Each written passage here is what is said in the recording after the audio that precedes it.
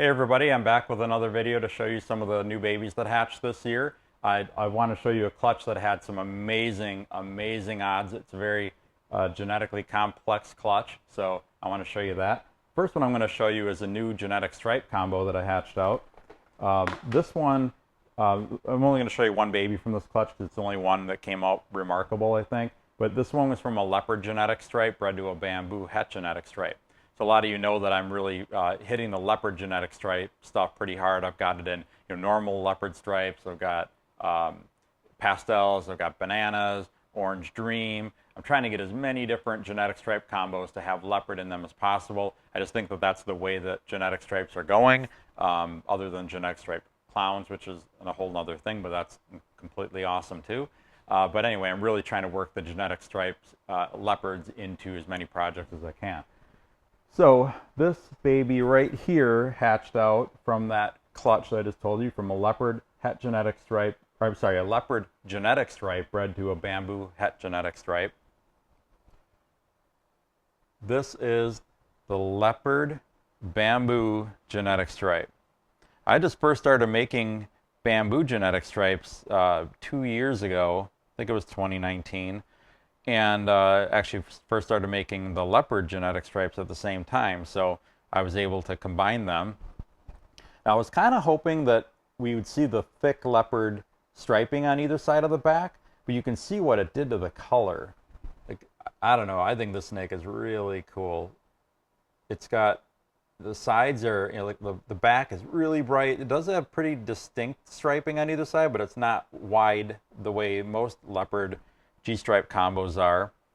But I just think those tones and that overall color scheme is just really cool. I didn't really produce much else in that clutch. I think I hit on a normal bamboo that would be het genetic stripe. I think there might have been a leopard het genetic stripe in there as well, and then a couple of genetic stripes. So at least I hit what I was going for with this project. I really wanted to see what this looked like, and gotta say, I'm not disappointed. I really like those colors.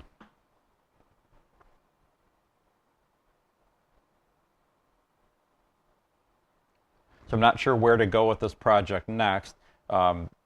This is a male, so I'll probably keep him. I'm not really sure what I want to do, what other genes I want to try to get in there. I'm actually thinking I might want to try to see what Orange Dream will do to it. Maybe banana. I don't know. Might even try a couple different pattern genes mixed in there too. But I think there's a lot of potential to continue to progress this project forward.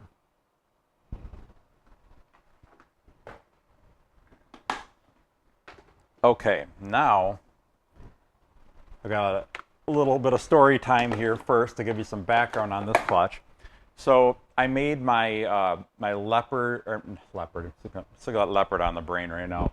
My Ultramel Pied stuff. I made my original male that I used for my beginning of my Ultramel project was a double het Ultramel hypo, and I bred him to a het Ultramel, made an Ultramel that ended up being 100% het hypo. Well, I had used that male to make double het Ultramel Pieds. So all of my double het Ultramel Pieds were 50% possible het Ultramel.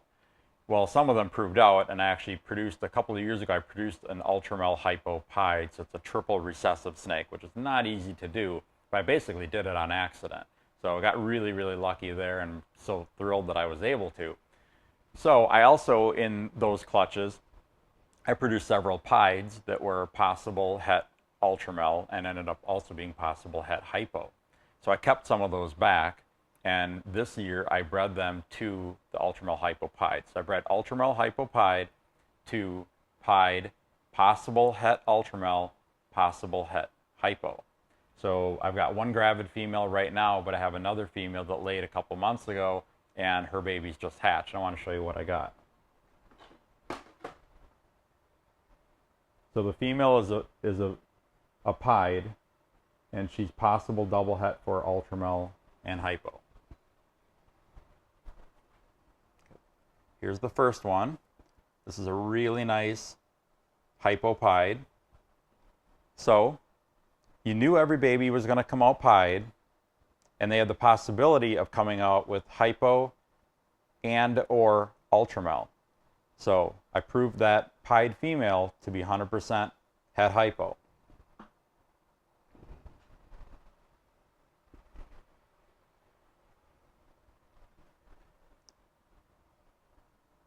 I also proved her out to be 100% het ultramel. So she's a pied 100% het ultramel hypo. Extremely valuable animal, just with the capability of what she's producing, especially when I breed her to the male that I had, which is a visible ultramel hypo pied, or hypo ultramel pied, depending on how you want to look at it. Okay, so this is all out of one clutch. Here is an ultramel hypo pied.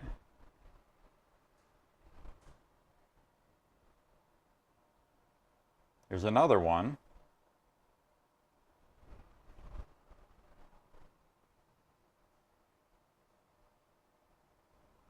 And here's another one. So these three are hypo ultramel pieds. This is an ultramel pied het hypo. And this is a hypo pied het ultramel. All these came out of a pied possible double het. Like incredible odds.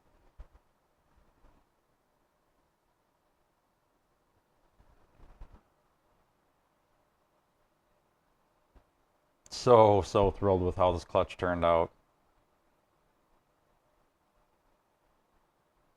Just look at the colors. Now you can tell the hypos from the non-hypos. The hypo just has a little bit more of a washed out coloration than the regular ultramel pied. And also the head color too. Look at that. The head colors aren't even close.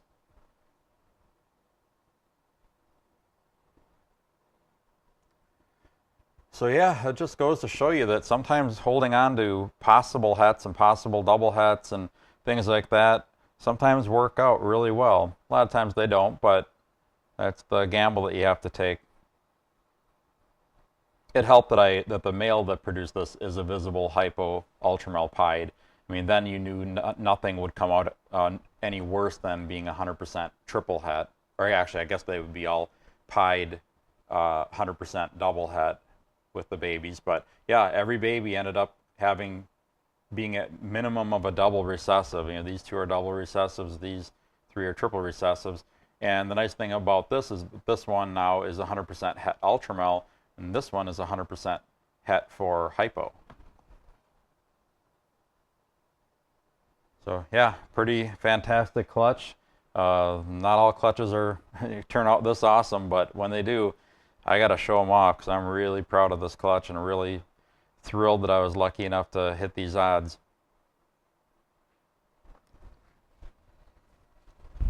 Okay, that's it for right now. I'm going to be back again a couple days with another video for you. In the meantime, make sure to check out my website, royalconstrictordesigns.com. I'm hoping to start getting more babies and more adult breeders up for sale. I've got to constantly upgrade my breeding stock, so I will have some breeder males and females hopefully up for sale pretty quickly. As hard as it is to let any of that stuff go, sometimes I just have to make room for new stuff, and I can't just keep expanding my collection over and over again, because let me tell you, this year has been overwhelming with all these babies. I think we're up to like 225 clutches or 425 clutches. 200 would be pretty manageable, actually. 200 would seem like a vacation. 425 clutches I think we're at this year so far. It's really early in the year to be at that many clutches, and I think that's probably like the second or third most clutches I've ever had in a year. Certainly didn't expect this many females to produce for me this year. So it's been a whirlwind here. All my racks are almost completely full, and I think I have like 30 clutches that I have to set up individually today yet. So busy time of year here, but it's also really exciting, especially when I'm hatching clutches like this out. So stay tuned for another video coming up soon, and make sure to check out the website, royalconstrictordesigns.com. See you soon, guys.